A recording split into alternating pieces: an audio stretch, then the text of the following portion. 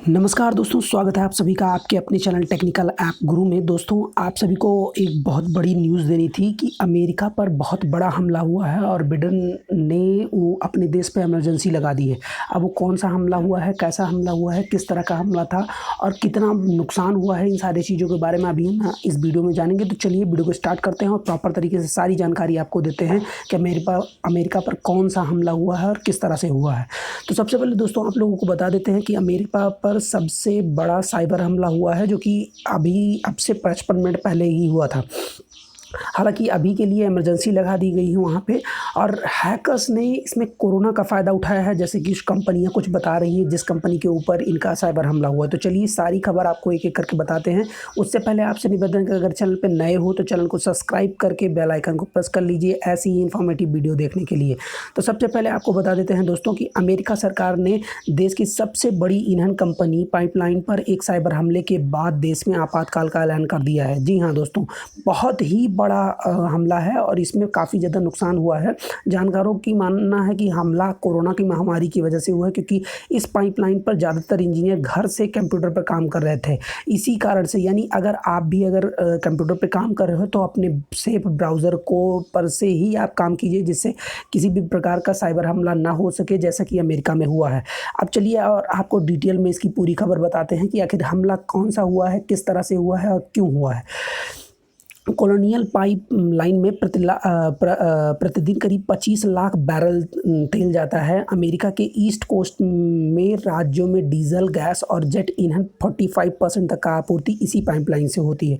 Pipeline पर cyber अपराधियों ने के एक गैंग ने शुक्रवार को हमला किया, ठीक है, जिसके बाद से इसकी मरम्मत का काम शुरू कर दिया था। इमरजेंसी के ऐलान के बाद अब यहाँ ईंधन की सप्लाई और पाइपलाइन रोक दी गई है, ठीक है। इमरजेंसी के ऐलान के बाद यहाँ की जो सप्लाई थी वो रोक दी गई है, जिससे किसी भी प्रकार की क्षति अभी के बारे में तो नहीं कहा जा सकता है। जानकारों की माने कि इस वजह से सोमवार को ईंधन की कीमत 2 से 3% बढ़ जाएगी। यानी अगर 100 रुपये का ये ईंधन बिकता था, अगर 2% बढ़ जाए तो करीब 2 रुपये डाटा बढ़ जाएगा।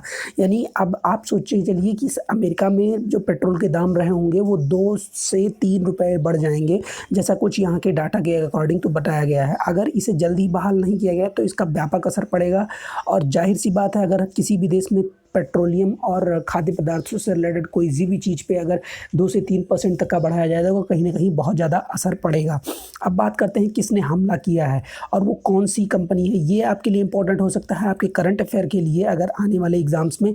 कई सूत्रों ने इस बात की पुष्टि की है कि रैंसमवेयर हमला डार्क साइट के नाम से एक साइबर अपराधी गिरोह ने किया है। जी हाँ दोस्तों, आप लोगों को बता दें कि ये सबसे बड़ा डार्क साइट अपराधियों का गैंग है। इसमें ये लोग एक ही जगह पे बैठ के सारे सिस्टम को हैक कर लेते हैं। उन्होंने गुरुवार को कोलोनियंस नेटवर्क में सील लगाई और 100 जीबी डेटा को अपने कब्जे में ले लिया। अब आप सोचिए कि अमेरिका की कितनी बड़ी डाटा को इन्होंने इकट्ठा कर लिया है और उसका वो गलत यूज़ भी कर रहे होंगे। अब देखते हैं आगे अमेरिका क्या करता है और आगे अमेरिका इसके बारे में क्या चीज़ें सख्त कदम उठाता है।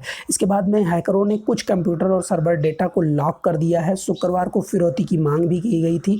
उन्होंने धमकी दी कि अगर पैसा नहीं दिया गया तो डाटा जो है वो इंटरनेट पर लीक कर दिया जाएगा।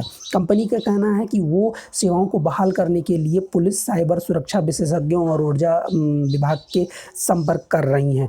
यही वो पेट्रोलियम लाइन थी जहाँ पे हमला हुआ है। दोस्तों, आप लोग देख भी रहे होंगे, मैंने काफ़ी कुछ प्रयास किया इस आर्टिकल को आपको अच्छे से डिस्क्राइब करने के लिए, इसलिए मैंने इस इमेज को भी पिक आउट किया।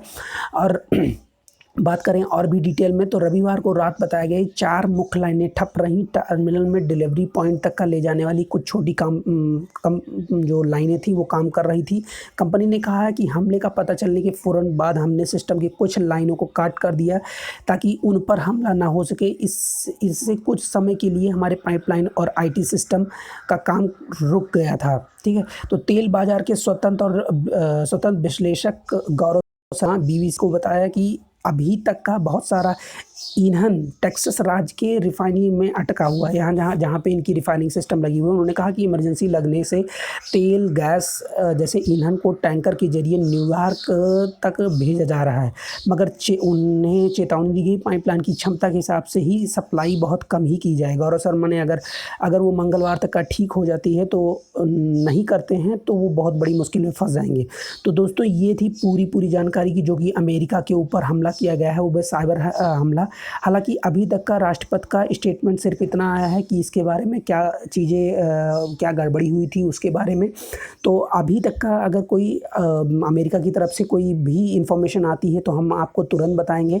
और ऐसी इंफॉर्मेटिव वीडियो देखने के लिए देश दुनिया से तो चैनल को सब्सक्राइब करके बेल आइकन को प्रेस कर लीजिए, जिससे आपको इससे रिलेटेड इन्फॉर्मेशन मिलती रहे। तो चलिए दोस्तों, मिलते हैं अगले वीडियो में, तब तक के लिए नमस्कार।